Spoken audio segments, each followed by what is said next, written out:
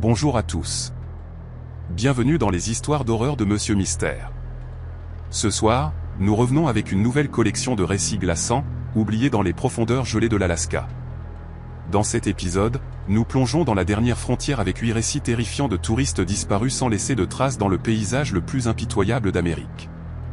Chaque récit a été méticuleusement compilé à partir de rapports officiels de personnes disparues, de documents de recherche et de secours, et de témoignages directs de ceux qui ont été témoins de l'inexplicable. Il ne s'agit pas de folklore ou de légendes urbaines, mais de cas documentés qui continuent de déconcerter les enquêteurs et de hanter les familles laissées pour compte. De randonneurs expérimentés disparus dans des circonstances impossibles à des voyageurs occasionnels qui se sont aventurés dans la nature pour ne jamais revenir, ces histoires révèlent une réalité terrifiante. L'Alaska cache des secrets plus sombres que ses nuits d'hiver sans fin. Pour protéger les enquêtes en cours et respecter la vie privée des familles concernées, certains noms et lieux ont été modifiés, mais l'essence de chaque disparition reste intacte. Si vous êtes nouveau ici, n'oubliez pas de vous abonner à Monsieur Mystère, l'histoire d'horreur, pour un contenu mystérieux quotidien qui remettra en question tout ce que vous croyez savoir sur l'inconnu. Activez la cloche de notification pour ne jamais manquer nos découvertes des dossiers que d'autres veulent garder enterrés. Maintenant, commençons notre descente dans les mystères que l'Alaska refuse de livrer.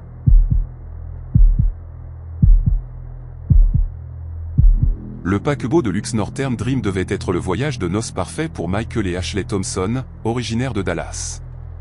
Leur excursion à terre dans un village reculé de l'Alaska allait briser leur jeune mariage de la manière la plus inexplicable.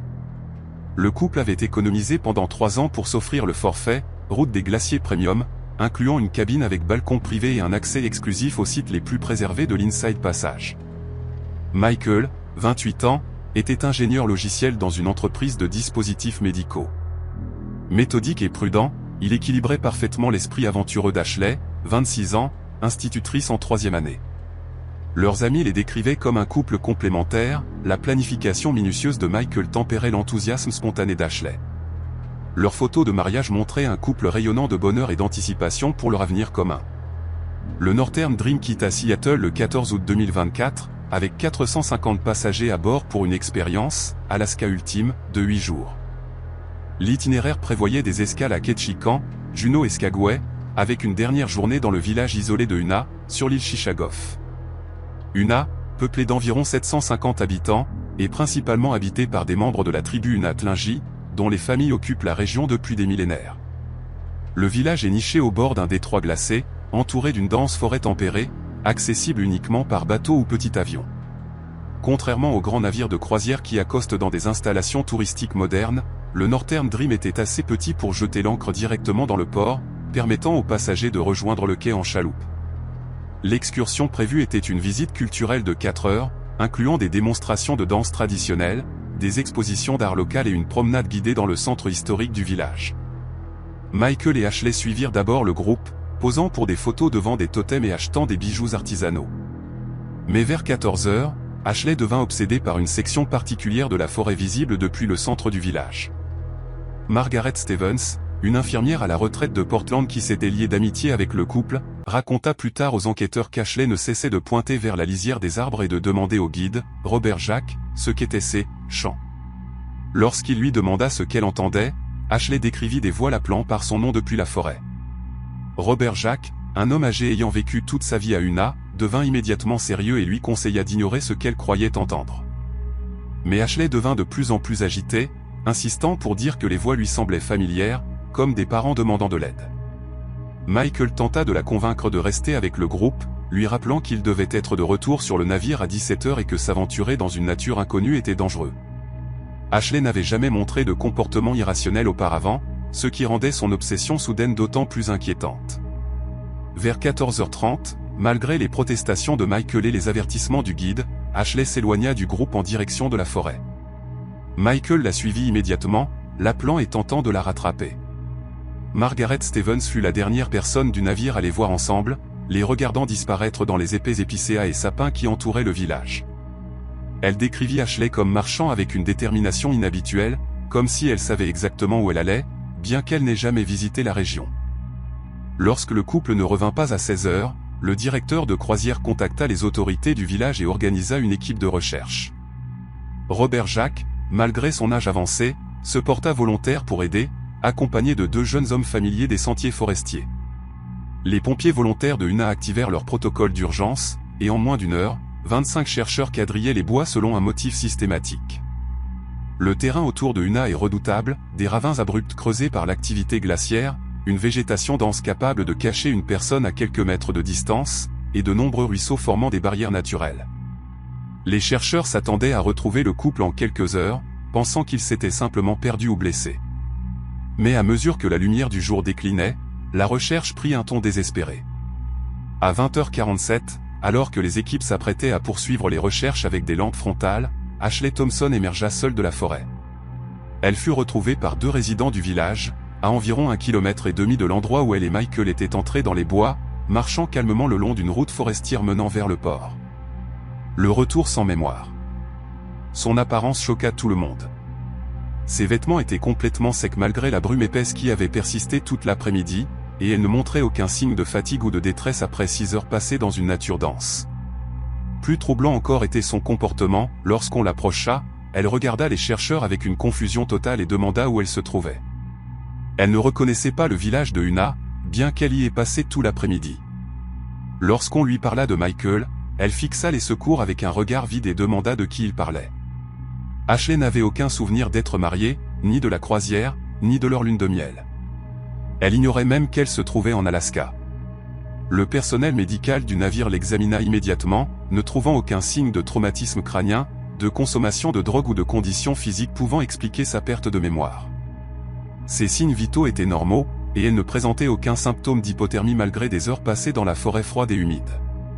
Psychologiquement, elle semblait calme et coopérative, mais insistait pour dire qu'elle s'appelait Ashley Morrison, son nom de jeune fille, et qu'elle vivait à Dallas avec ses parents. Elle affirma avoir 22 ans et travaillait comme enseignante remplaçante tout en terminant ses études. L'aspect le plus inexplicable de son état était sa connaissance précise de lieux qu'elle n'aurait pas dû connaître. Lorsqu'on l'interrogea sur la manière dont elle avait traversé la forêt, elle guida les chercheurs vers 3 endroits où elle prétendait s'être reposée.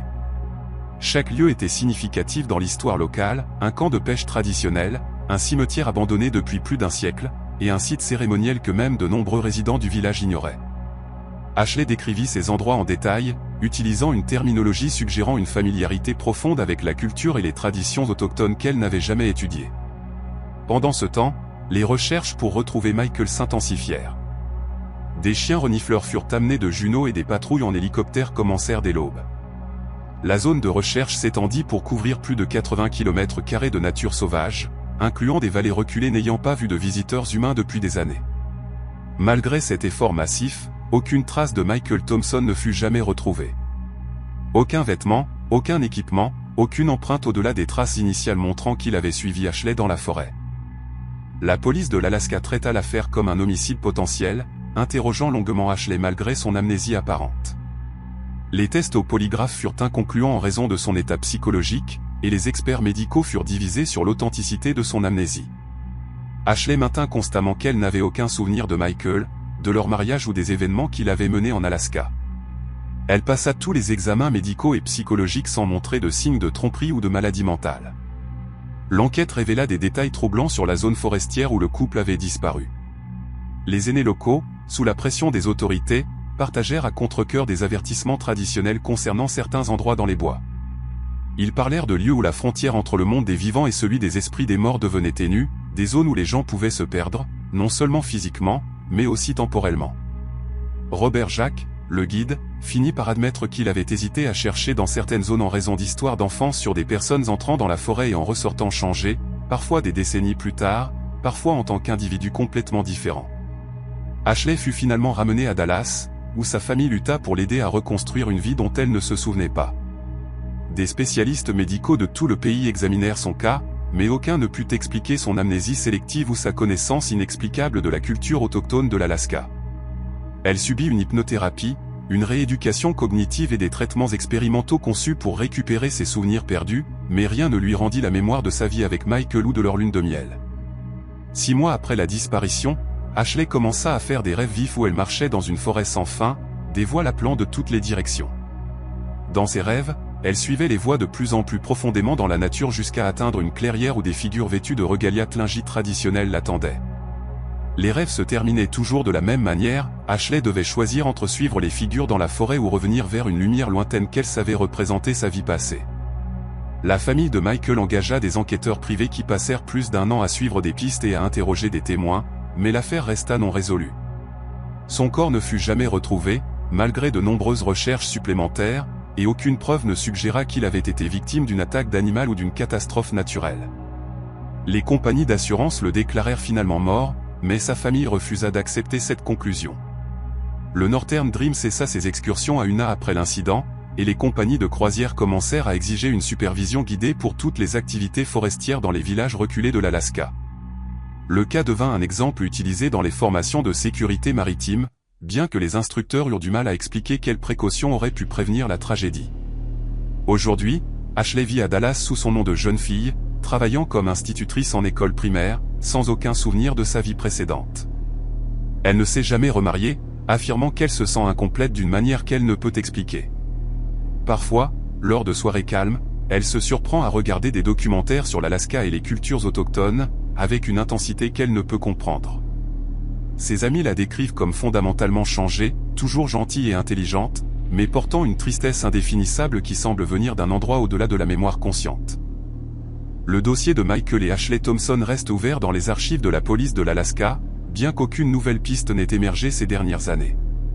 Leur histoire sert de rappel brutal que la nature sauvage de l'Alaska recèle des mystères qui dépassent le simple aspect physique, des lieux où la nature même de l'identité et de la mémoire peut être remise en question de manière que la science ne peut encore expliquer.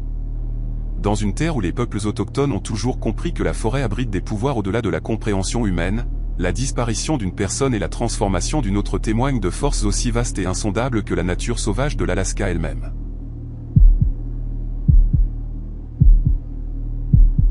La dernière photo connue de Marcus Davison fut prise à 8h12, un matin froid de juillet dans le parc national de Denali.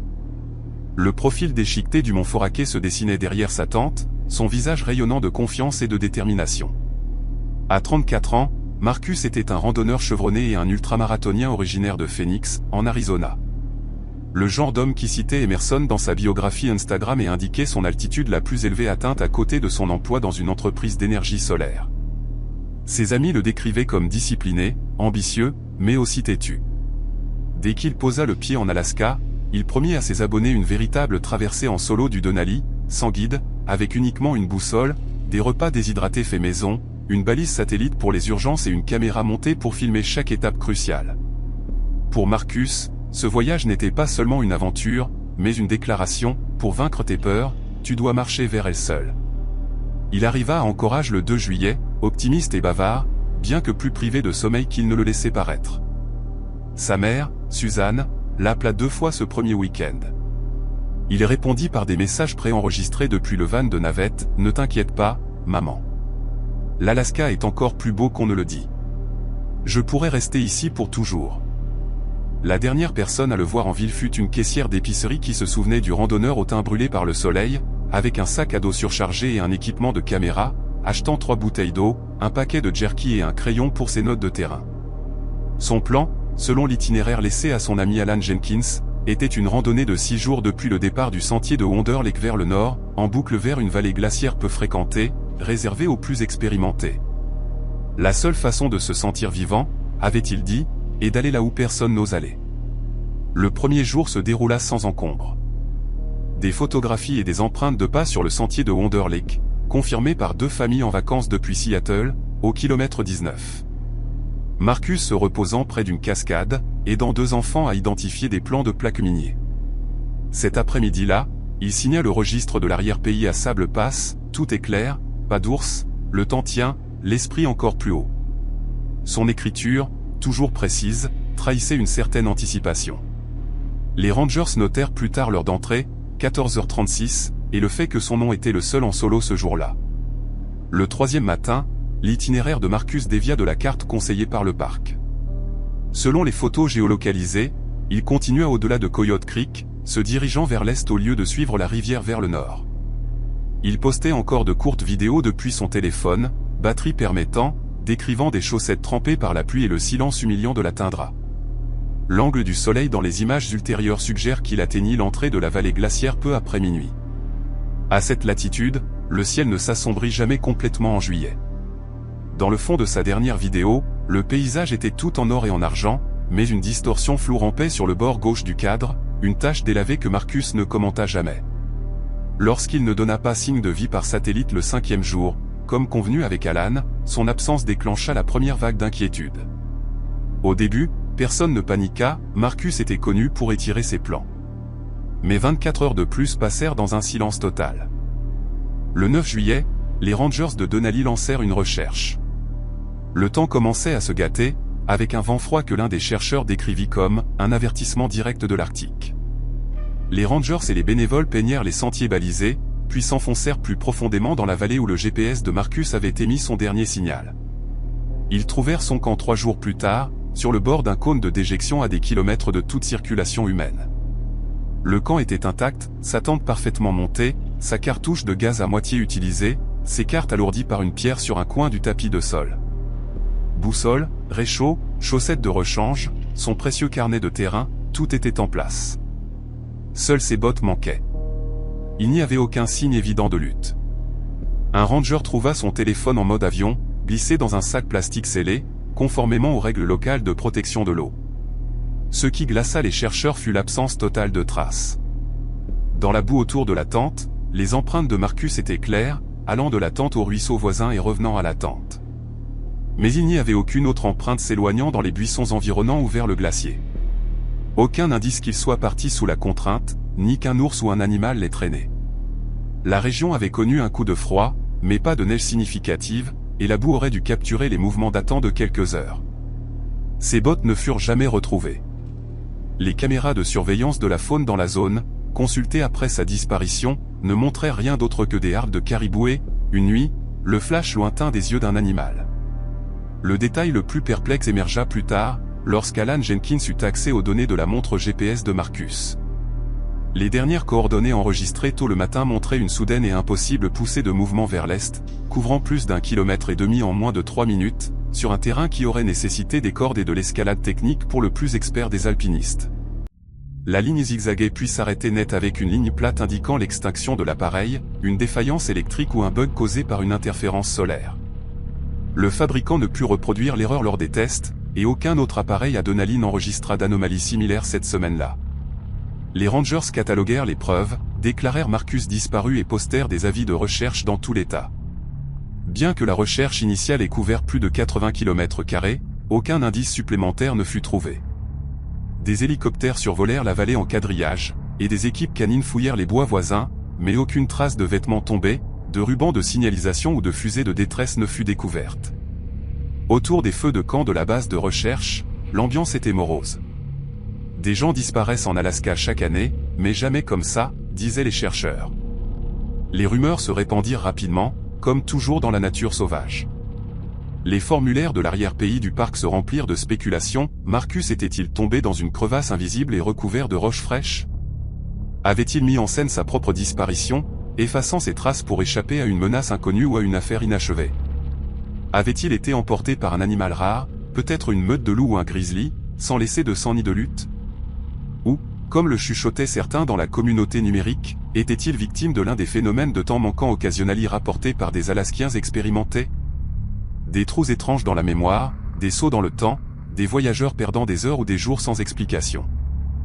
La famille de Marcus déclina les interviews avec les grands médias, mais sa mère publia une lettre publique sur le subreddit Alaska Outdoor. Marcus était prudent, intelligent, et respectait les lieux sauvages plus que quiconque. Il trouvait la paix là où la plupart des gens ne voyaient que la terreur. Si vous étiez la dernière personne à lui avoir parlé, si vous avez vu quoi que ce soit d'insolite, peu importe à quel point c'est petit, faites-le nous savoir. Nous voulons juste des réponses. Les personnes qui l'avaient vu à Wonder Lake se portèrent volontaires pour les tentatives de recherche suivantes. Chaque fois, le temps les combattit, et chaque fois, le camp qu'ils trouvèrent était exactement comme Marcus l'avait laissé. Seule la faune semblait avoir repris possession des lieux, empreintes de loups, crottes d'ours, nids d'oiseaux dispersés dans les buissons. Lors d'une enquête ultérieure, Alan laissa une note alourdie par un mousqueton au cas où Marcus reviendrait. « Tu n'as pas été oublié ». Il prit aussi une photo de la zone correspondant au dernier selfie de Marcus, la postant à côté de l'original pour ses abonnés. La seule différence était le ciel maintenant couvert et le monde vide de son randonneur souriant et disparu. Le débat sur le cas de Marcus Davison ne s'est jamais éteint. À l'occasion du premier anniversaire de sa disparition, des admirateurs intrépides et des détectives du web organisèrent une carte numérique de Marcus, combinant chaque signalement, indice et théorie, du pragmatique au fantastique.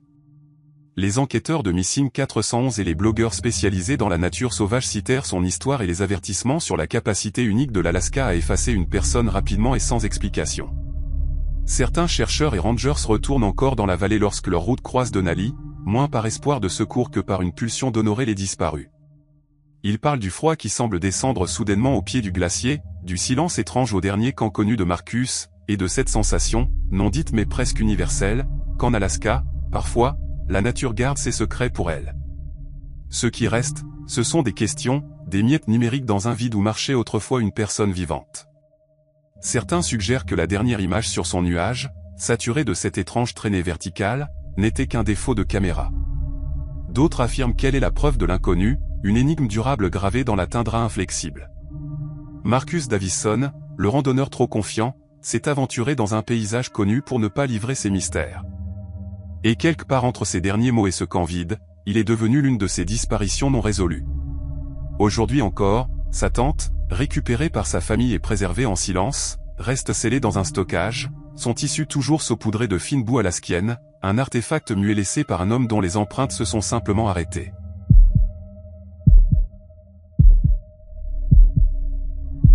Lorsque la photographe animalière Jennifer Kowalski, originaire de Milwaukee, fit ses valises pour une expédition d'un mois en Alaska en septembre 2023, elle ignorait qu'elle marchait vers un mystère qui allait consumer 3 générations de sa famille. À 41 ans, Jennifer s'était forgé une réputation en capturant les moments les plus insaisissables de la nature, des loups chassant sous la pleine lune, des aigles plongeant à travers la brume matinale, l'instant précis où la foudre illumine un nuage d'orage. Son travail avait fait la couverture de National Geographic et d'Outdoor Life. Mais c'était son obsession pour les aurores boréales qui l'avait finalement attiré vers la dernière frontière.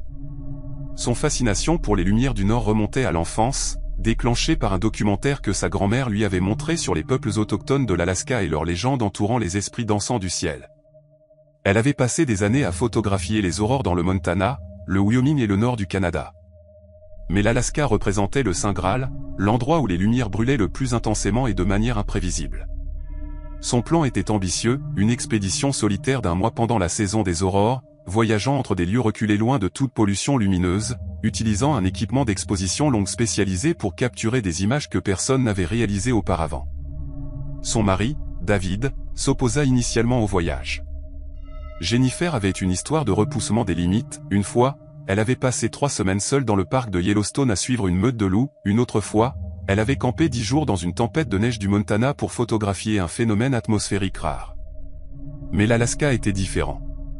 Les distances y étaient immenses, la météo imprévisible et l'isolement total.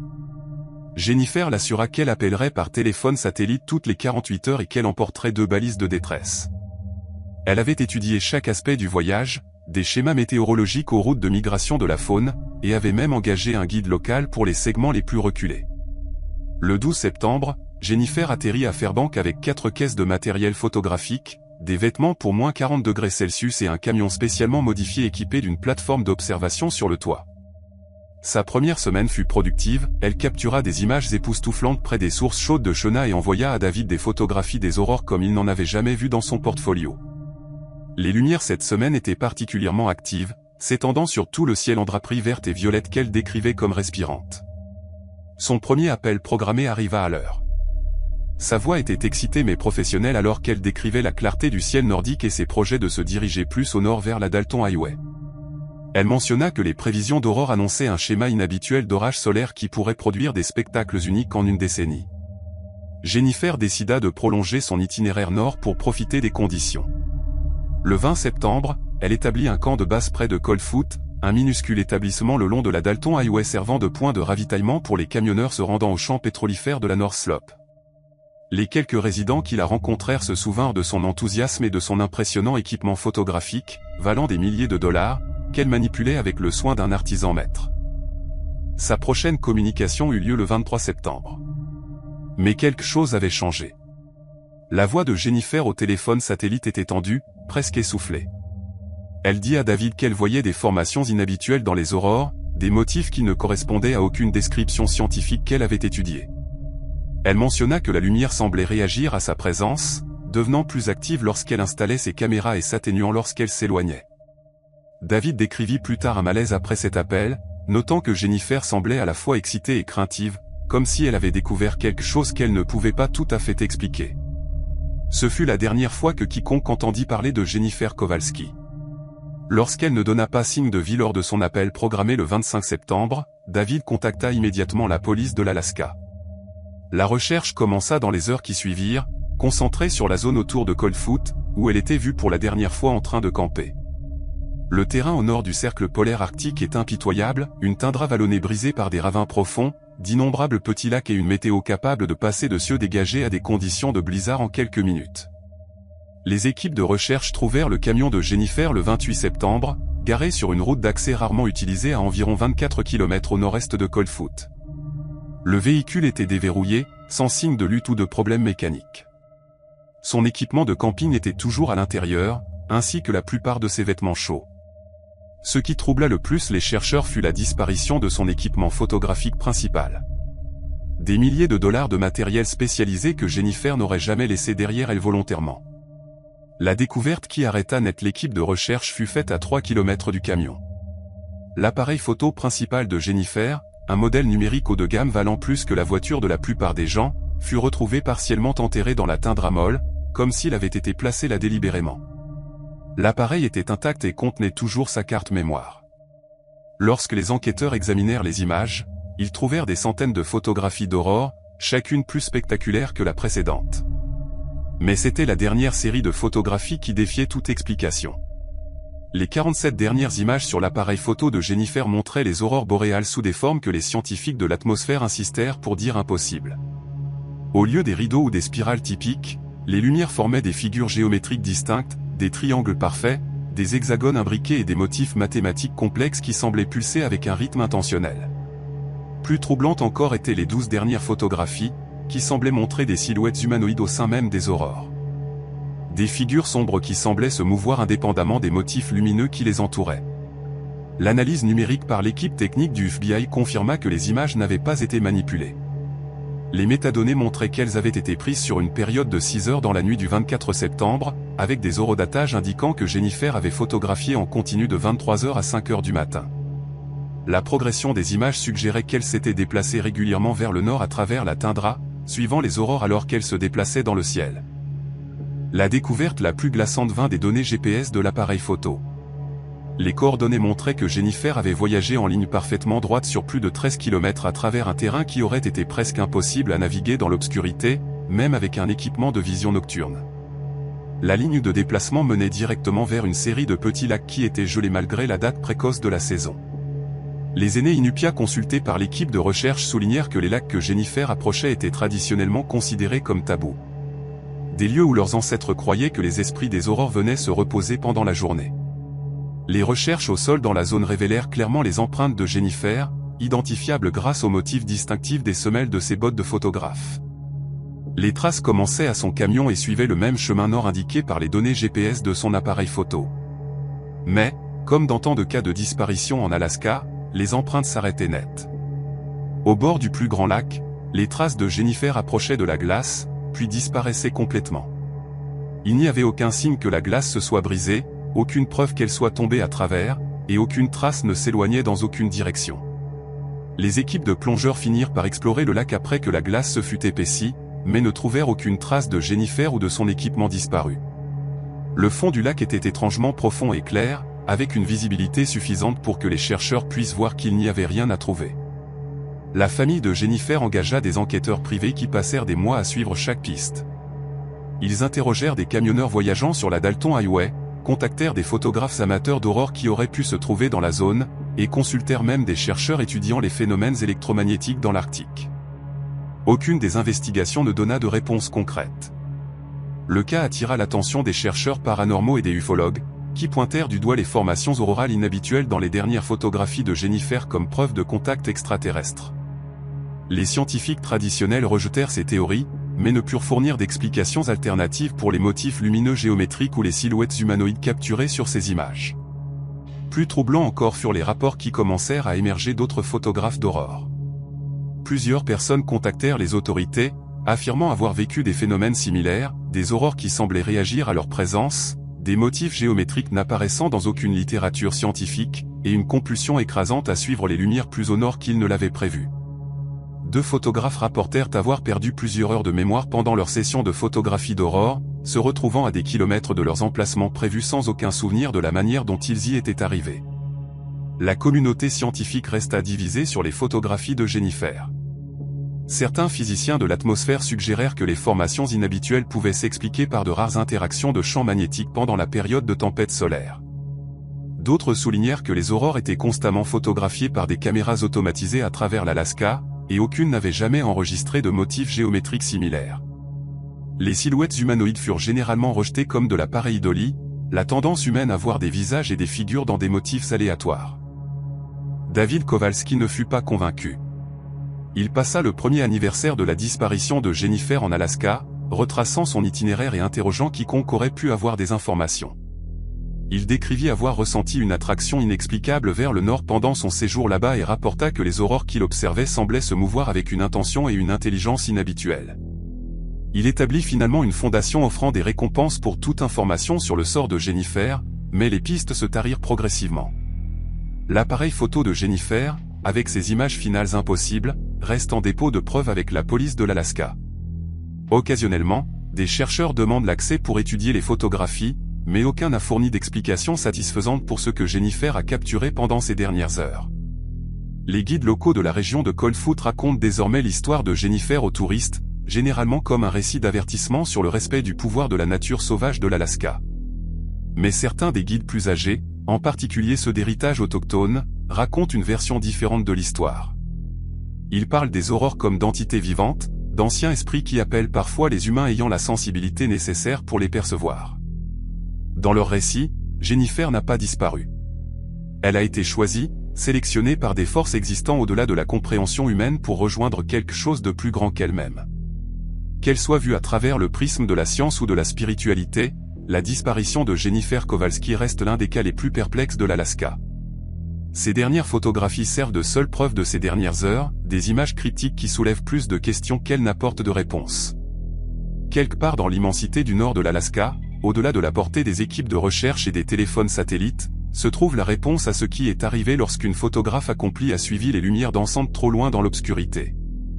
Jusqu'à ce que cette réponse soit trouvée, l'histoire de Jennifer sert de rappel que l'Alaska abrite des mystères qui peuvent dépasser la compréhension humaine, et que certaines obsessions ont un prix qui ne peut être calculé qu'une fois qu'il est trop tard pour le payer.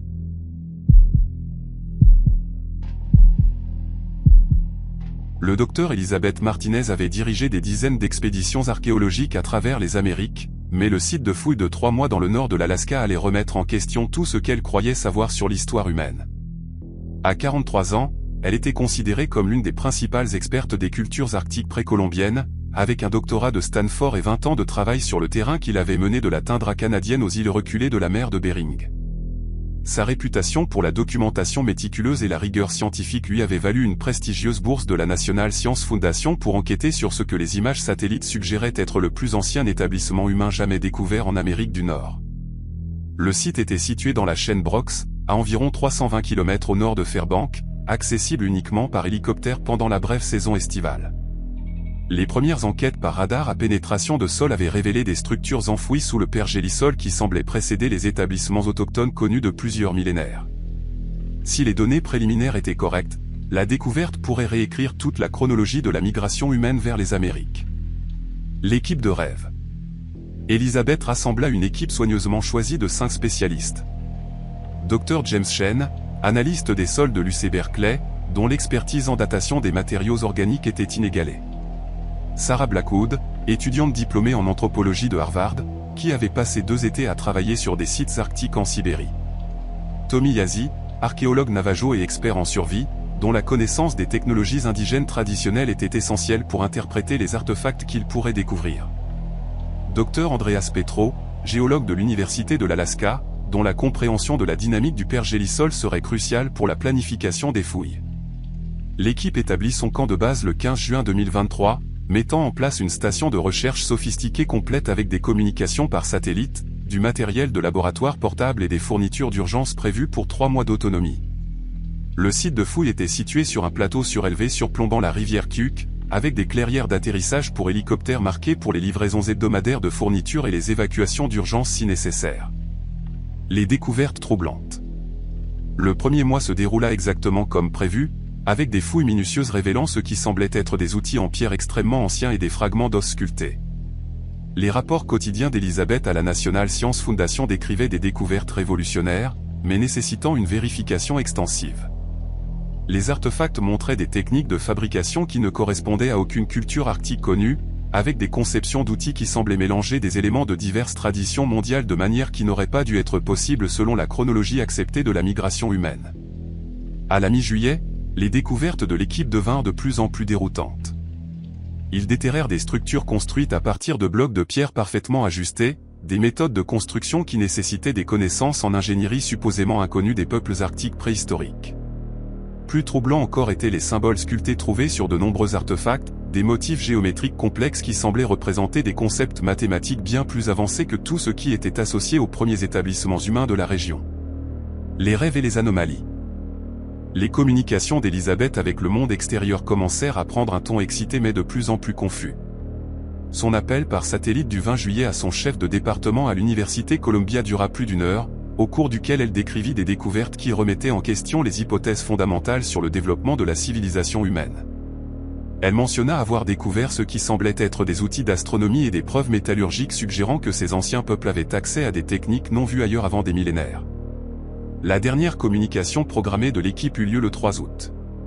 La voix d'Elisabeth pendant cet appel était tendue et rapide, comme si elle luttait pour contenir son excitation tout en combattant une confusion croissante.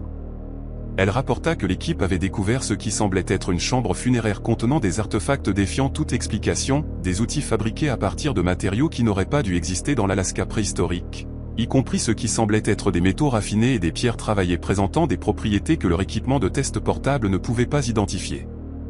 Plus troublante encore était la description par Elisabeth de l'effet du site sur les membres de l'équipe. Elle mentionna que tout le monde faisait des rêves inhabituellement vifs, toujours avec les mêmes images, de vastes villes construites dans les flancs des montagnes, des cérémonies complexes menées par des figures portant des masques élaborés, et une sensation récurrente d'être observé par des yeux anciens. Tommy Yazzie était devenu convaincu que le site était un terrain sacré qui ne devait pas être dérangé, tandis que le Dr Chen commença à rapporter des dysfonctionnements d'équipements qui montraient systématiquement des dates impossibles lors des tests au carbone des matériaux organiques des niveaux de fouille les plus profonds. La disparition. Lorsque l'équipe ne donna pas signe de vie lors de leur communication programmée du 10 août, la National Science Foundation contacta leur service de transport par hélicoptère pour effectuer une vérification de leur bien-être.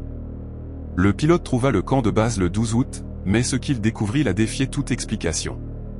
Le camp semblait avoir été abandonné à la hâte, avec du matériel coûteux laissé en marche et des effets personnels dispersés comme si l'équipe était partie soudainement au milieu de leurs activités quotidiennes. Le site de fouille lui-même était l'aspect le plus déroutant de la découverte. La grille archéologique minutieuse qu'avait établie l'équipe d'Elisabeth avait disparu, remplacée par une excavation circulaire qui descendait bien plus profondément que toute fouille précédente n'avait atteint. Les parois de cette nouvelle excavation étaient parfaitement lisses, comme coupées par une machinerie de précision, et le motif en spirale géométrique gravé dans les parois correspondait aux symboles trouvés sur les artefacts que l'équipe avait décrits dans leur rapport. L'enquête et le mystère. La police de l'Alaska lança immédiatement une opération de recherche et de sauvetage, mais ne trouva aucune trace des 5 membres de l'équipe. Leur équipement personnel fut catalogué et ne montra aucun signe de lutte ou d'urgence. Les tentes individuelles contenaient des effets personnels disposés comme si leur propriétaire s'était simplement absenté temporairement. Les journaux de terrain du docteur Martinez furent trouvés ouverts à des entrées décrivant des découvertes de plus en plus impossibles, son écriture devenant plus erratique à mesure que les entrées progressaient. La dernière entrée, datée du 9 août, décrivait la décision de l'équipe de fouiller plus profondément dans ce qu'Elisabeth appelait la « chambre centrale ». Elle écrivit avoir découvert des panneaux de pierre sculptés qui semblaient représenter des cartes stellaires montrant des constellations dans des positions qui ne se produiraient pas avant des millénaires. Plus troublante encore était sa description de la découverte de ce qui semblait être des matériaux organiques préservés que leur équipement de datation au carbone insistait pour dire à la fois ancien au-delà de toute mesure et impossiblement frais. La dernière observation écrite d'Elisabeth était la plus dérangeante, le site n'est pas ce que nous pensions. Nous ne sommes pas les premiers à trouver cet endroit. Les chercheurs précédents ne sont jamais partis. Ce soir, nous comprenons pourquoi. Les équipes de recherche du Centre de coordination des sauvetages de l'Alaska passèrent 3 semaines à peigner la zone autour du site de fouilles, utilisant des hélicoptères, des équipes au sol et du matériel spécialisé conçu pour localiser des personnes dans des conditions sauvages. Malgré la couverture de plus de 800 km² de territoire, aucune trace des chercheurs disparus ne fut jamais trouvée. L'environnement arctique impitoyable aurait pu expliquer la disparition des corps, mais pas l'absence totale de toute preuve que 5 personnes avaient quitté leur camp. Les secrets du pergélisol. La National Science Foundation scella le site de fouilles et classifia tous les matériaux liés à l'expédition. Les rapports officiels décrivent la disparition comme probablement due à des événements météorologiques catastrophiques ou à des rencontres avec la faune, mais des documents internes obtenus des années plus tard par des demandes de la loi sur la liberté de l'information révélèrent que les enquêteurs trouvèrent les conditions du site inexplicables. Les parois lisses de l'excavation ne montraient aucune marque d'outil cohérente avec un équipement de creusement connu, et les motifs géométriques sculptés dans la pierre nécessitaient une précision que les outils de l'équipe n'auraient pas pu atteindre. Plus troublants encore étaient les artefacts récupérés sur le site scellé. Les objets que l'équipe d'Elizabeth avait décrits dans leur rapport furent trouvés disposés en motifs complexes autour de l'excavation centrale, positionnés de manière qui semblait représenter des cartes stellaires et des équations mathématiques. Lorsqu'ils furent examinés par des experts, ces arrangements démontrèrent une connaissance de phénomènes astronomiques avancés qui ne seraient pas découverts par la science traditionnelle avant plusieurs décennies. Des chercheurs indépendants qui enquêtèrent plus tard sur le cas découvrirent que l'emplacement de la chaîne Brox avait fait l'objet d'avertissements autochtones depuis des générations. Les aînés Gwich'in parlaient de la zone comme d'un endroit où le temps se comportait différemment, où des esprits anciens marchaient encore et où les personnes qui dérangeaient certains endroits pourraient se retrouver à marcher entre les mondes. Ces traditions orales, rejetées par les expéditions scientifiques précédentes, décrivaient des phénomènes remarquablement similaires à ce que l'équipe d'Elizabeth avait rapporté dans leur dernière communication. L'héritage d'Elizabeth. Les familles des chercheurs disparus établirent finalement une fondation privée offrant des récompenses pour des informations sur leur sort, mais aucune piste crédible n'émergea jamais. Le site de fouilles reste sous protection fédérale, officiellement fermé en raison de conditions géologiques dangereuses. Bien que les images satellites montrent que l'excavation continue de s'étendre d'elle-même, suivant les mêmes motifs géométriques que l'équipe de recherche avait documentés. La famille de Tomiyasu, s'appuyant sur les traditions navajo concernant les sites sacrés et les frontières spirituelles, mena sa propre cérémonie sur le site 1 an après sa disparition. Le guérisseur qui mena la cérémonie décrivit plus tard avoir senti la présence de personnes existant entre le temps qui était et le temps qui sera, piégées dans un endroit où différentes époques se croisent. Aujourd'hui, le cas du docteur Elizabeth Martinez et de son équipe sert d'avertissement au sein de la communauté archéologique sur les dangers du travail sur le terrain dans l'Arctique. Bien que le récit officiel se concentre sur les dangers environnementaux plutôt que sur les preuves inexplicables trouvées sur le site, les artefacts récupérés lors des fouilles restent en stockage fédéral, étudiés par des chercheurs tenus de signer des accords de non-divulgation sur leur découverte. Le mystère de ce qui est arrivé à 5 scientifiques expérimentés sur un site de fouilles reculé dans le nord de l'Alaska continue de défier à la fois la compréhension scientifique et les explications traditionnelles des disparitions dans la nature sauvage. Qu'ils aient rencontré un phénomène naturel inconnu, trébuché sur des preuves de civilisation que l'histoire officielle ne peut accommoder, ou marcher dans quelque chose qui existe au-delà des limites du temps et de l'espace normaux, leur sort reste l'un des cas non résolus les plus perplexes de l'Alaska. Leur dernière découverte, selon laquelle les sites anciens semblent exister simultanément dans plusieurs périodes, suggère que certains mystères de l'Alaska peuvent être trop vastes et trop dangereux pour la compréhension humaine, et que la dernière frontière recèle des secrets mieux laissés enterrés sous le pergélisol où ils ont attendu pendant des millénaires.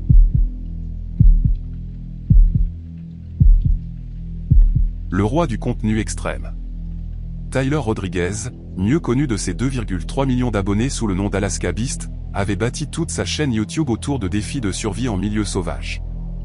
Mais sa dernière série de vidéos allait devenir le documentaire de disparition le plus regardé sur la plateforme. À 29 ans, Tyler incarnait la nouvelle génération de créateurs de contenu extrême, intrépides, technophiles et poussés par un besoin insatiable de repousser les limites pour un public de plus en plus exigeant. Sa chaîne le montrait survivant dans des endroits reculés à travers l'Amérique du Nord, des vagues de chaleur de la vallée de la mort au blizzard canadien, filmant toujours chaque moment de lutte et de triomphe avec plusieurs caméras.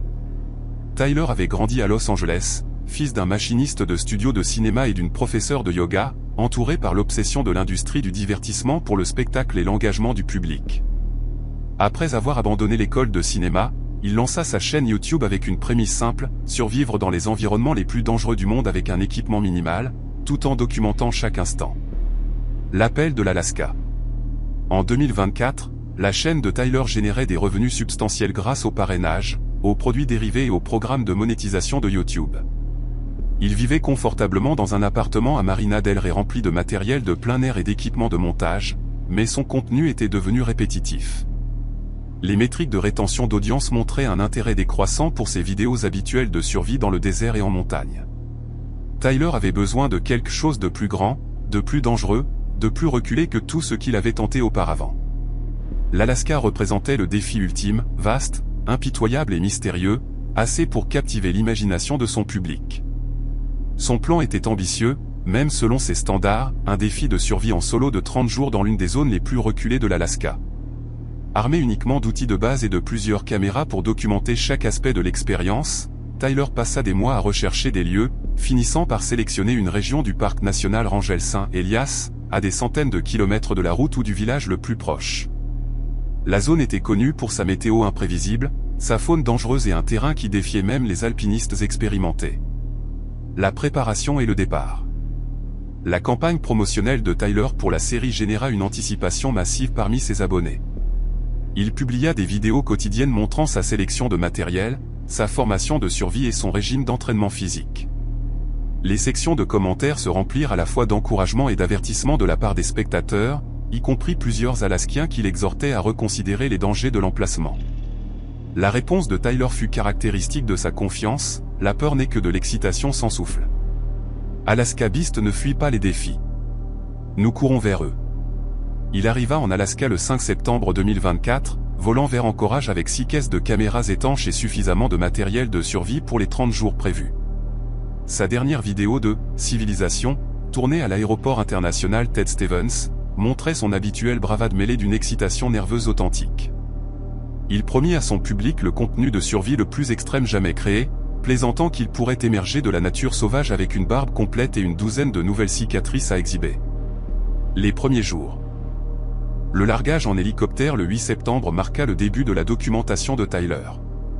Sa première vidéo, téléchargée via une connexion internet satellite, le montrait établissant un camp de base dans une vallée entourée de sommets glacés. Les images démontrèrent sa qualité professionnelle habituelle, plusieurs angles de caméra, un commentaire audio net et le type de plan d'établissement pittoresque qui avait rendu sa chaîne célèbre. Tyler semblait confiant et bien préparé, décrivant son itinéraire prévu et ses objectifs de survie quotidien avec l'enthousiasme qui avait attiré des millions d'abonnés. Pendant la première semaine, ses téléchargements quotidiens maintinrent son format habituel. Il construisit un abri, chercha des plantes comestibles, tenta d'attraper du poisson et fournit des commentaires éducatifs sur les techniques de survie en milieu sauvage. Les vidéos le montraient faisant face aux défis météorologiques, aux problèmes d'équipement et au stress psychologique de l'isolement total. L'engagement de ses abonnés resta élevé, avec des commentaires louant ses compétences et l'encourageant à s'enfoncer davantage dans la nature sauvage. Les signes de détérioration. Les premiers signes de problème apparurent dans son téléchargement du 16 septembre. La confiance habituelle de Tyler semblait ébranlée, et il mentionna faire des rêves étranges et avoir l'impression d'être observé. Il attribua la sensation au stress de l'isolement et à l'hypervigilance nécessaire à la survie en milieu sauvage, mais les spectateurs attentifs remarquèrent des changements subtils dans son comportement. Il parlait plus rapidement, jetait fréquemment des regards par-dessus son épaule et semblait oublier des détails qu'il avait mentionnés dans des vidéos précédentes.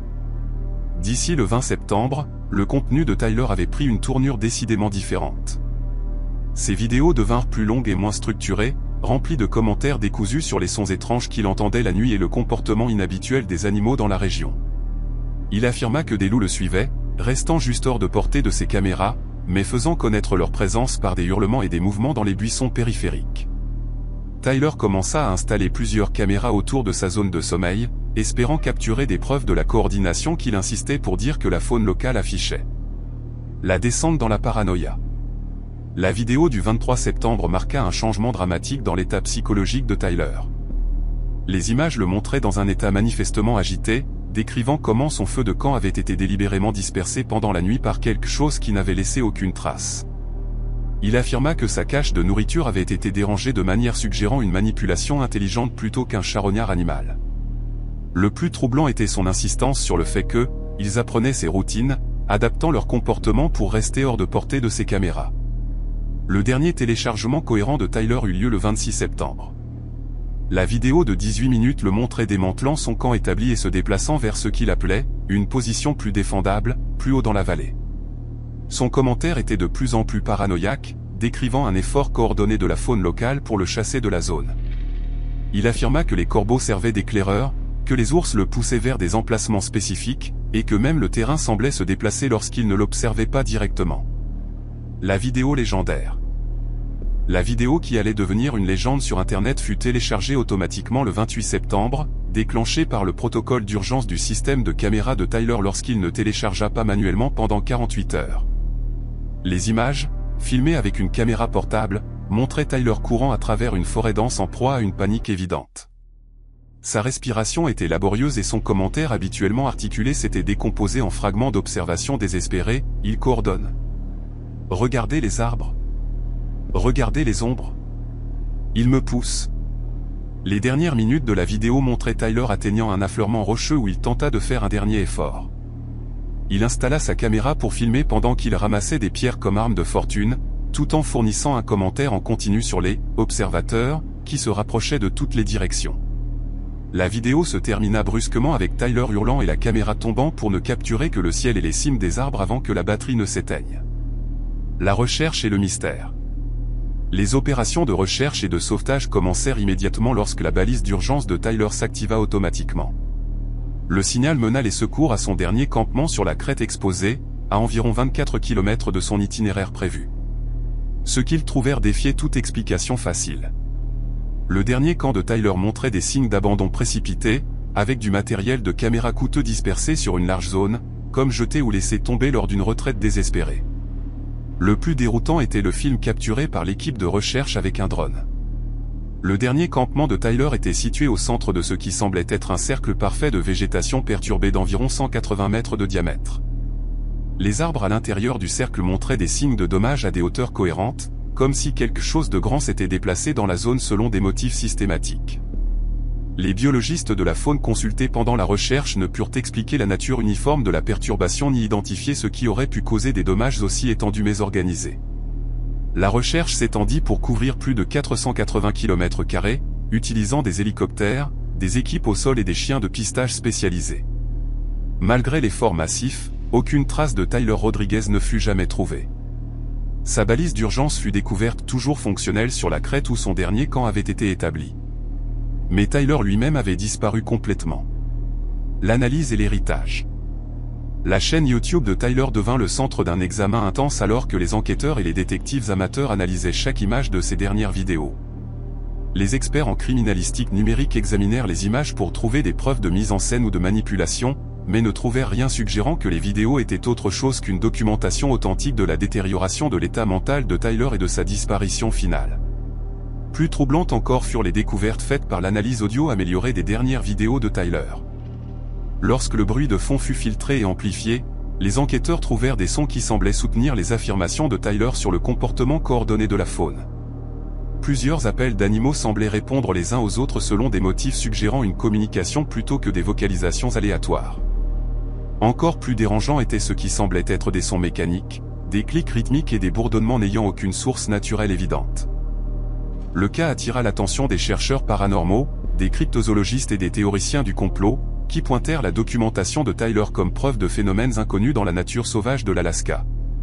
Les scientifiques traditionnels rejetèrent ces interprétations, attribuant les expériences de Tyler à l'isolement, à la psychose et au stress environnemental.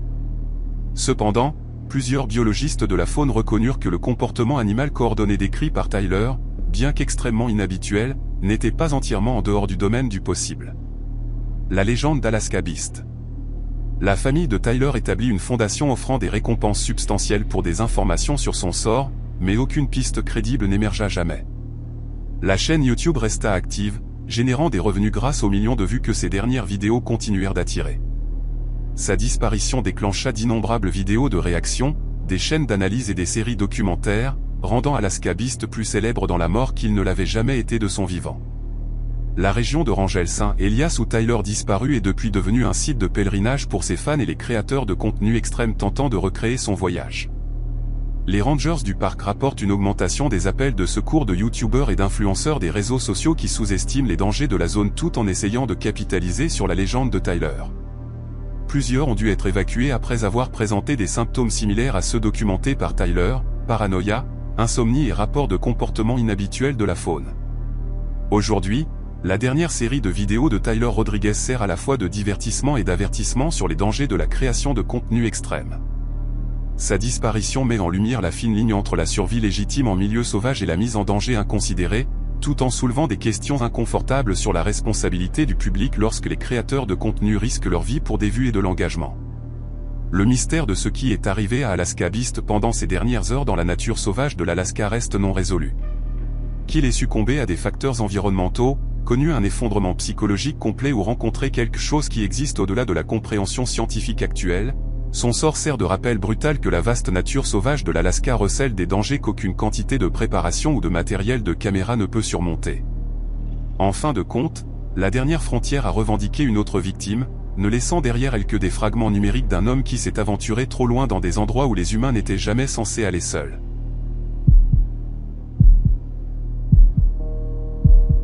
La réunion de famille des Brennan devait guérir de vieilles blessures et rassembler 4 générations dispersées à travers l'Amérique.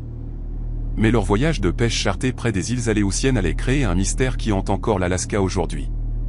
La réunion avait été planifiée pendant 3 ans, organisée par la matriarche Eleanor Brennan, une bibliothécaire à la retraite de 78 ans de Portland, dans l'Oregon, déterminée à réunir sa famille étendue avant que l'âge et la distance ne rendent de telles réunions impossibles. Le clan Brennan s'était dispersé à travers le continent au fil des décennies. Les 3 enfants d'Eleanor s'étaient installés dans différents États après l'université, sa fille Margaret à Seattle, où elle travaillait comme biologiste marine, son fils Patrick à Denver, où il dirigeait une entreprise de construction, et son plus jeune fils Thomas, enseignant au lycée à Atlanta. Chacun s'était marié et avait élevé ses propres enfants, créant un réseau de 12 membres de la famille qui se voyaient rarement, sauf lors de mariage et d'enterrement. L'appel de l'Alaska. Le choix de l'Alaska pour la réunion fut influencé par l'expertise de Margaret en écosystème marin et ses connexions dans l'industrie de la pêche. Elle organisa la location d'un bateau de pêche de 13 mètres, le Kodiak Dream, commandé par un opérateur local respecté nommé Victor Peterson. Victor dirigeait des excursions de pêche dans les eaux alaskiennes depuis plus de 20 ans, avec un dossier de sécurité impeccable et une connaissance intime des eaux autour des îles Aléoutiennes.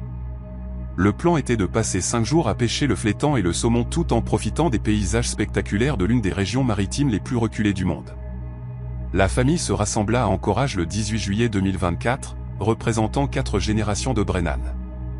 Eleanor, malgré son âge, montrait une énergie et un enthousiasme remarquables pour l'aventure.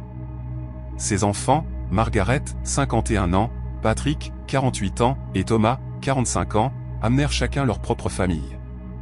Le voyage idéal. Les 2 premiers jours du voyage dépassèrent toutes les attentes. Le temps était étrangement calme pour les eaux notoirement agitées autour des îles Aléoutiennes, et la pêche était exceptionnelle. Des membres de la famille qui ne s'étaient pas parlé depuis des mois se retrouvèrent à travailler ensemble pour capturer d'énormes flétans, tandis que les enfants étaient ravis par les observations de baleines, de loutres de mer et d'innombrables oiseaux marins. Eleanor se révéla être une pêcheuse surprenamment habile, attrapant le plus gros poisson du premier jour et recevant des taquineries bon enfant de ses petits-enfants sur sa chance de débutante. Le soir du 22 juillet, le Kodiak Dream était ancré dans une crique protégée sur le côté sud de l'île Unalaska, à environ 64 km de Dutch Harbor. La famille venait de terminer un dîner de saumon fraîchement pêché préparé par Thomas, qui s'était formé comme chef avant de devenir enseignant. Le journal de bord du capitaine Peterson, récupéré plus tard, indiquait une mer calme, un ciel dégagé et des conditions idéales pour la pêche du lendemain. La dernière entrée, faite à 21h30, notait que les 12 passagers étaient tous présents et se préparaient pour le coucher après ce qu'ils décrivaient comme « l'une des excursions familiales les plus réussies que j'ai jamais guidées ». Le signal de détresse. La garde côtière reçut le signal de détresse automatique du Kodiak Dream à 3h47 le 23 juillet. Le signal, transmis par la balise radio indicatrice de position d'urgence du navire, indiquait que le bateau se trouvait à environ 24 km au nord-est de sa dernière position connue et se déplaçait à une vitesse impossible de plus de 110 km/h. Les opérateurs radars de la garde côtière rejetèrent initialement la lecture comme un dysfonctionnement de l'équipement, car aucun navire de la taille et de la configuration du Kodiak Dream ne pouvait maintenir une telle vitesse en pleine mer. Lorsque les tentatives répétées pour joindre le capitaine Peterson par radio échouèrent, la garde côtière dépêcha un hélicoptère depuis Dutch Harbor pour enquêter. L'équipage trouva le Kodiak Dream à 6h15, dérivant dans des eaux calmes avec ses moteurs tournant au ralenti et ses feux de navigation toujours allumés. Vu de l'air, le navire semblait parfaitement normal, mais les tentatives de contact radio continuèrent d'échouer. Le navire fantôme. Le cutter melon de la garde côtière atteignit le Kodiak Dream à 8h30 et dépêcha immédiatement une équipe d'abordage. Ce qu'ils trouvèrent à bord du navire vide défiait toute attente et tout protocole pour lequel ils s'étaient entraînés. Le bateau était en parfait état, ne montrant aucun signe de détresse, de dommage ou de lutte. Les moteurs fonctionnaient normalement, tout l'équipement de navigation était opérationnel, et les systèmes du navire n'indiquaient aucun problème mécanique. Le plus déroutant était l'état des effets personnels des passagers. Chaque objet personnel était exactement à sa place, les vêtements soigneusement pliés dans les quartiers de couchage, les lunettes et les livres posés avec soin sur les tables de chevet, les caméras et l'équipement de pêche rangés aux endroits appropriés. La cuisine montrait des signes de préparation pour le petit déjeuner, avec du café mesuré dans la machine et du pain disposé pour le grillage. Rien ne suggérait un départ précipité ou une évacuation d'urgence. Cependant, les 13 gilets de sauvetage manquaient dans leur compartiment de stockage, malgré les réglementations exigeant qu'ils restent à bord sauf s'ils étaient portés activement. Les radeaux de sauvetage étaient toujours en place et n'avaient pas été déployés, mais leurs journaux d'inspection montraient qu'ils avaient été accédés à un moment donné pendant la nuit. Le mystère des trajectoires. L'enquête de la garde côtière révéla que le Kodiak Dream avait parcouru ce motif géométrique entre minuit et 3h47, maintenant des cours et des vitesses précis qui auraient nécessité des ajustements constants de navigation manuelle. Le motif était trop complexe et exact pour être le résultat d'un dysfonctionnement du pilote automatique ou de la dérive. Pourtant, aucun opérateur humain n'aurait pu maintenir une telle précision tout en gérant simultanément 12 passagers dans ce qui devait être des circonstances de plus en plus confuses. Les experts en sauvetage maritime amenés à bord pour examiner le navire trouvèrent des preuves que quelqu'un avait apporté des modifications étendues au système de navigation du bateau au cours des dernières heures. Un équipement supplémentaire avait été connecté au système GPS et radar en utilisant des connexions nécessitant des connaissances techniques avancées. Les modifications semblaient conçues pour suivre et enregistrer des données océanographiques spécifiques, mais le but et l'origine de l'équipement ne purent être déterminés. La recherche et les théories. La recherche des membres disparus de la famille Brennan devint l'une des plus grandes opérations de sauvetage maritime de l'histoire de l'Alaska. Des navires, des aéronefs et des bénévoles civils de la garde côtière couvrirent des milliers de kilomètres carrés d'océan, suivant chaque motif de dérive et scénario de survie possible. Des modèles de courants océaniques furent exécutés à rebours depuis l'emplacement de la découverte du Kodiak Dream pour déterminer où 12 personnes portant des gilets de sauvetage auraient pu entrer dans l'eau, mais les zones de recherche générées par ces modèles ne donnèrent aucun résultat. Les enquêtes sous-marines utilisant le sonar et des véhicules télécommandés ne trouvèrent aucune preuve de la famille sur le fond océanique dans les zones où ils auraient théoriquement pu couler. La profondeur de l'eau dans la région de recherche, dépassant 600 mètres dans de nombreuses zones, rendait les recherches complètes du fond impossibles, mais l'absence totale de débris ou d'objets personnels flottant à la surface suggérait que la famille n'avait pas simplement chuté ou sauté par-dessus bord. Les données électroniques. La découverte la plus troublante vint de l'analyse des systèmes électroniques du Kodiak Dream. Les experts en criminalistique maritime trouvèrent que les ordinateurs du navire avaient enregistré des données environnementales extensives pendant les heures où la famille avait disparu, température de l'eau, salinité, variation du champ magnétique et conditions atmosphériques. La collecte de données semblait suivre des protocoles scientifiques, comme si le bateau avait été converti en une plateforme de recherche pour étudier les phénomènes océaniques. Encore plus déroutantes étaient les lectures anormales dans les données environnementales qui correspondaient exactement au moment où le bateau suivait son motif géométrique. Les mesures du champ magnétique montraient des fluctuations que les experts océanographiques insistèrent pour dire impossibles en pleine mer, tandis que les lectures de température de l'eau indiquaient des variations qui auraient nécessité des événements thermiques sous-marins massifs. L'église d'Eleanor à Portland organisa des veillées de prière et des collectes de fonds pour soutenir les opérations de recherche continue, tandis que l'entreprise de construction de Patrick engagea des enquêteurs privés pour poursuivre des pistes que les agences officielles ne pouvaient pas suivre.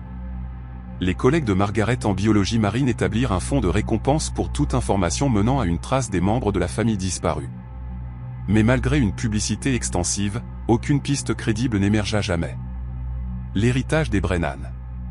La disparition de la famille Brennan devint un récit d'avertissement dans les cours de sécurité maritime, bien que les instructeurs eurent du mal à identifier des leçons spécifiques qui auraient pu prévenir des incidents similaires. Le cas mit en lumière la capacité de l'océan à réclamer des vies sans explication. Mais la nature organisée de la disparition et les preuves de modification technique du navire suggéraient quelque chose de bien plus complexe que les accidents maritimes typiques. Aujourd'hui, le Kodiak Dream repose dans une installation de saisie de la garde côtière à Kodiak, en Alaska, préservée comme preuve dans un cas qui reste techniquement actif, bien que pratiquement insoluble. Occasionnellement, des chercheurs maritimes demandent l'accès pour étudier les systèmes de navigation modifiés du navire, mais aucun n'a fourni d'explication pour les modifications électroniques ou le motif de navigation géométrique qui a marqué les dernières heures de la famille. Les eaux autour des îles Aléoutiennes continuent d'attirer les excursions de pêche, les charters et les plaisanciers, mais de nombreux capitaines évitent désormais la zone spécifique où le Kodiak Dream a été trouvé à la dérive, vide. Les marins locaux parlent à voix basse de lectures électroniques inhabituelles et d'anomalies de navigation dans la région, bien que les autorités maritimes officielles maintiennent qu'aucun danger en cours n'existe dans la zone. La réunion de famille Brennan, destinée à rassembler 4 générations pour une aventure partagée et des liens renouvelés, a plutôt créé l'un des mystères maritimes les plus durables de l'Alaska. 12 personnes en quête de liens familiaux et d'aventures maritimes ont simplement disparu d'un navire en bon état par temps calme, ne laissant derrière elles que des questions, des compartiments de gilets de sauvetage vides et une trajectoire de navigation suggérant que leurs dernières heures impliquaient quelque chose de bien au-delà de l'expérience humaine ordinaire.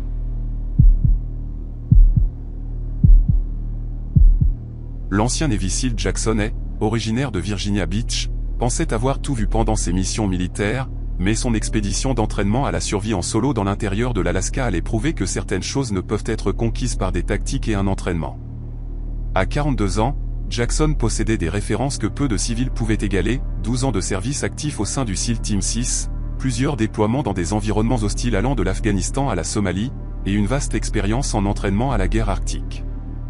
Après avoir pris sa retraite de la marine en 2022, il s'était établi comme instructeur de survie de premier plan, donnant des cours pour des entrepreneurs militaires, des agences de maintien de l'ordre et des amateurs d'aventures extrêmes. La décision de Jackson d'entreprendre une expédition de survie en solo en Alaska était à la fois professionnelle et personnelle. Sa société, Arctic Edge Survival, élargissait son programme pour inclure la survie par temps froid extrême, et Jackson devait personnellement tester les techniques et l'équipement dans des conditions qui défieraient même les opérateurs les plus expérimentés. De plus, il approchait de son 43e anniversaire et voulait prouver à lui-même que la vie civile n'avait pas émoussé le tranchant que l'entraînement militaire avait aiguisé. La préparation méticuleuse. L'emplacement sélectionné par Jackson était l'intérieur reculé de la chaîne de l'Alaska, à environ 240 km au sud-ouest de Fairbanks, accessible uniquement par avion de brousse pendant la brève saison estivale.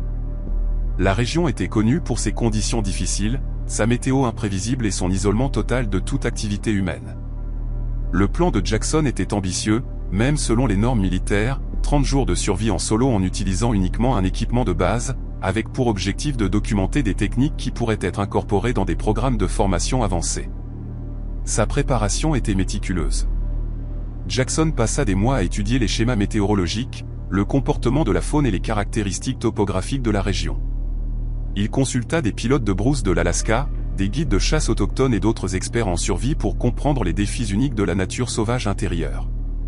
Son équipement était soigneusement sélectionné et testé, des vêtements militaires pour temps froid, des outils spécialisés conçus pour les conditions arctiques et des réserves de nourriture minimale destinées à durer seulement les premiers jours, le temps qu'il établisse des routines durables de chasse et de cueillette. Les premiers signes d'anomalie. Les premières communications de Jackson suivirent son calendrier prévu avec précision. Son premier appel par satellite, passé le 12 août, décrivit l'établissement réussi d'un camp plus permanent dans une position défendable avec accès à de l'eau douce et des matériaux d'abri adéquats.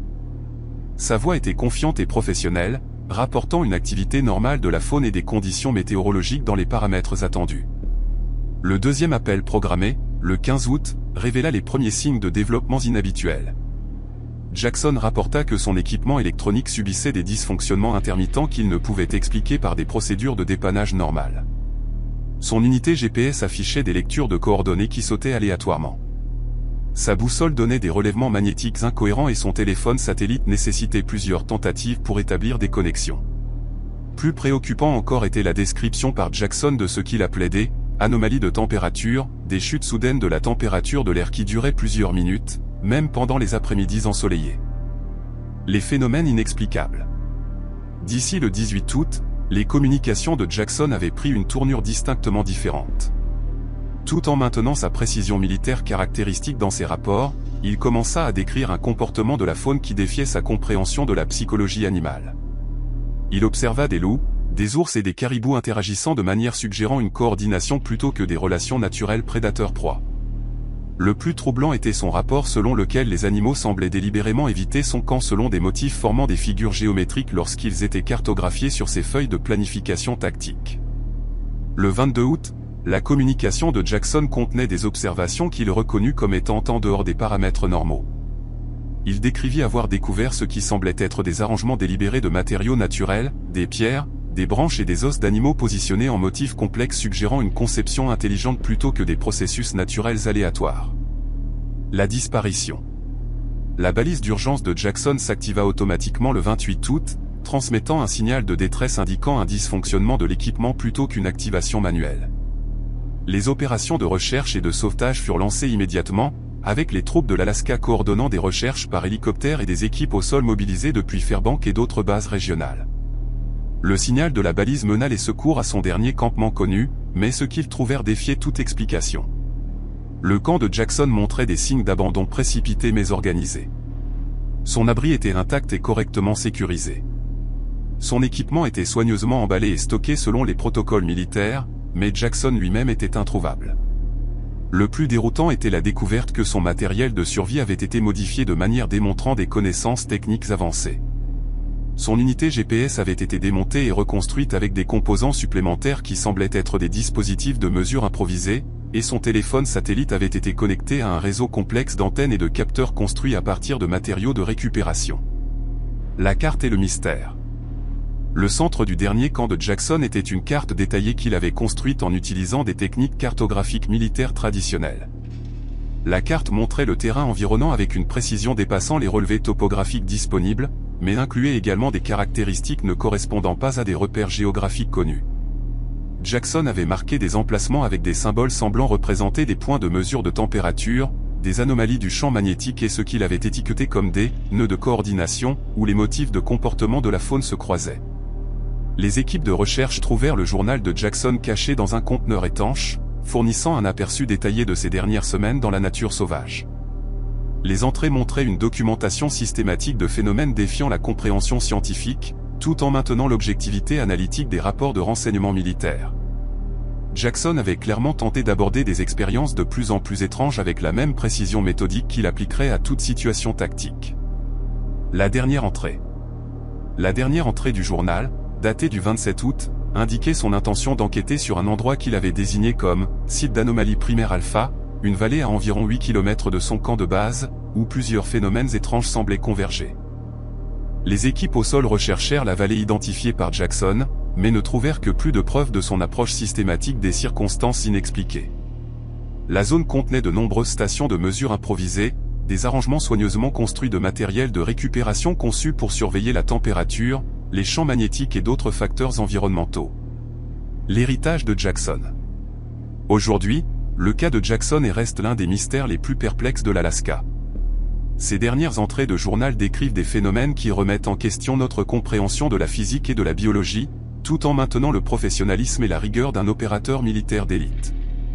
Que Jackson ait rencontré un phénomène naturel inconnu, une technologie expérimentale secrète, ou quelque chose qui existe au-delà des limites de la science actuelle, son sort sert de rappel que même les individus les plus entraînés et les mieux préparés peuvent être dépassés par les mystères de la dernière frontière.